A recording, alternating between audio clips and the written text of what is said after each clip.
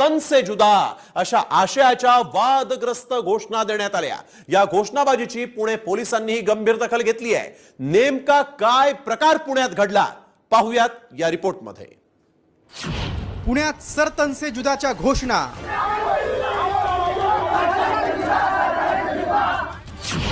सर्वधर्म समभाव मोर्चा जहाल घोषणा, 300 जणांविरुद्ध गुन्हा दाखल,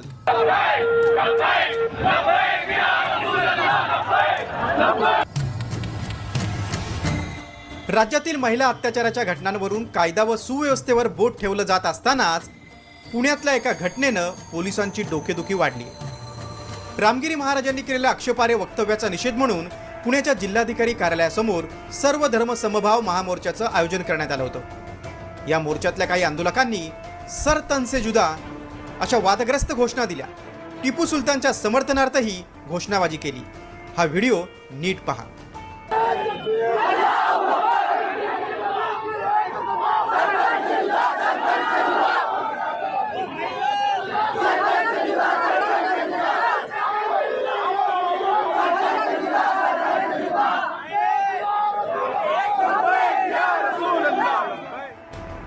या घोषणाबाजीची पुणे पोलिसांनी गंभीर दखल घेतली।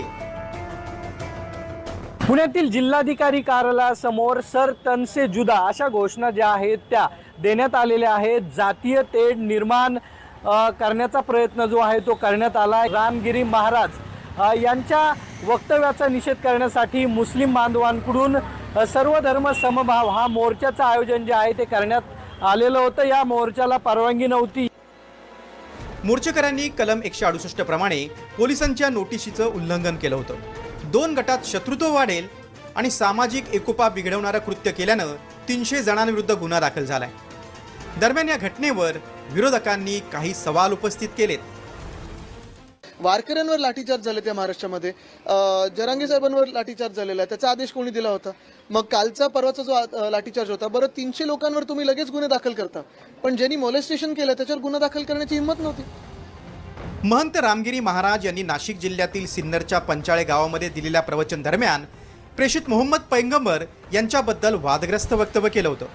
या वक्तव्यानंतर राज्यभरातील मुस्लिम बांधवांनी संताप व्यक्त केलाय। या प्रकरणी रामगिरी महाराज यांच्यावर नाशिक, छत्रपती संभाजीनगर, अहमदनगरसह पुण्यातही गुन्हे दाखल झाले।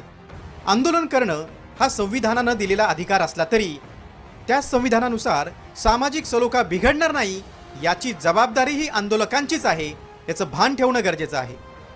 ब्युरो रिपोर्ट, साम टीव्ही, पुणे।